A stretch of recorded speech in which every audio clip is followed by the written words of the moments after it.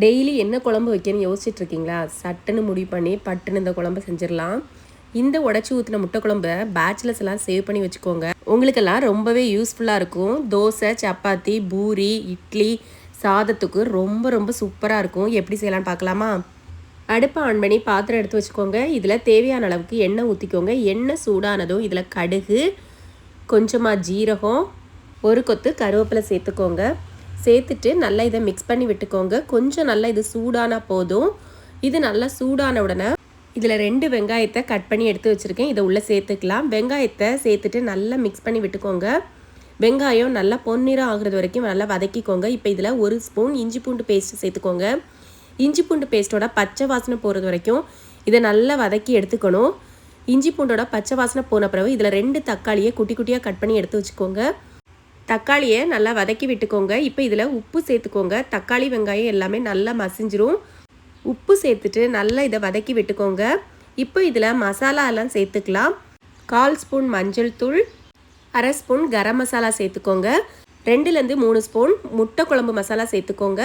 நான் இன்னைக்கு சக்தி முட்டை குருமா மசாலா தான் சேர்த்துக்கிறேன். இதில் 2 ஸ்பூன் சேர்த்துட்டு நல்லா இதை மிக்ஸ் பண்ணி விட்டுக்கலாம். இப்போ இதில் மிக்ஸ் பண்ணதில் பாதியை மிக்ஸி ஜாரில் எடுத்து வச்சுருக்கேன். இதை நல்லா பேஸ்ட்டாக அரைச்சி எடுத்துக்கணும். அப்போ தான் நம்ம குழம்புக்கு டேஸ்ட்டும் நல்லாயிருக்கும். இன்னொன்று கிரேவி நல்லா திக்காக இருக்கும். இப்போ நம்ம வதக்கிட்டு இருக்கிறது கரிஞ்சிடாமல் இருக்கிறதுக்கு இதில் கொஞ்சமாக தண்ணி சேர்த்துக்கோங்க. தண்ணி சேர்த்து நல்லா கொதிச்சிட்டு இருக்கும்போதே நம்ம அரைச்சி வச்சுருந்த மசாலாவை இதில் சேர்த்துக்கலாம். மசாலாவை சேர்த்து ஒரு 2 நிமிஷம் நல்லா வதக்கி விட்டுக்கோங்க. வதக்கிட்டு இருக்கும்போதே பார்த்திங்கன்னா நல்லா கெட்டியாக ஆரம்பிக்கும். எண்ணெய் பிரிஞ்சு வரும். அந்த மாதிரி வரும்போது இதில் நமக்கு கிரேவிக்கு எந்த அளவுக்கு தண்ணி தேவையோ அந்த அளவுக்கு தண்ணி சேர்த்துக்கோங்க. நான் மிக்ஸி அலசி கொஞ்சமாக தண்ணி சேர்த்துக்கிறேன். உங்களுக்கு திக்காக வேணும் அப்படின்னா இதில் தண்ணி சேர்க்க வேண்டாம். அப்படியே அதில் முட்டையை உடச்சி ஊற்றிக்கலாம். இப்போ தேவையான அளவுக்கு உப்பு சேர்த்துக்கிறேன். உப்பு சேர்த்துட்டு 3 முட்டையை இதில் உடச்சி ஊற்றிக்கிறேன். முட்டையை ஊற்றிட்டு 1 நிமிஷத்துலேருந்து 2 நிமிஷம் மூடி போட்டிங்கன்னா முட்டை ஒரு சைடு நல்லா வெந்துடும். அடுத்த சைடும் வேகிறதுக்கு இதை திருப்பி போட்டுக்கலாம். ஒவ்வொரு முட்டைகளாக திருப்பி போட்டுட்டு இதை 1 நிமிஷம் நம்ம மூடி போட்டு திருப்பி வச்சா போதும். நமக்கு ரொம்பவே டேஸ்டான முட்டை குழம்பு ரெடி ஆயிரும். எப்படி நான் சொன்னது மாதிரியே இது ஈஸியாக இருக்கா? எல்லாருமே இந்த குழம்பை ஈஸியாக செஞ்சிடலாம். டேஸ்ட்டு ரொம்பவே அல்டிமேட்டாக இருக்கும்.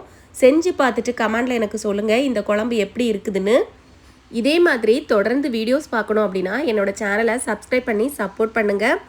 உங்களுக்கு இந்த வீடியோ ரொம்ப யூஸ்ஃபுல்லாக இருக்குது அப்படின்னு நினச்சிங்கன்னா உங்கள் ஃப்ரெண்ட்ஸ் அண்ட் ஃபேமிலிக்கும் மறக்காமல் வீடியோவை ஷேர் பண்ணி விடுங்க. தேங்க்ஸ் ஃபார் வாட்சிங். பாய்.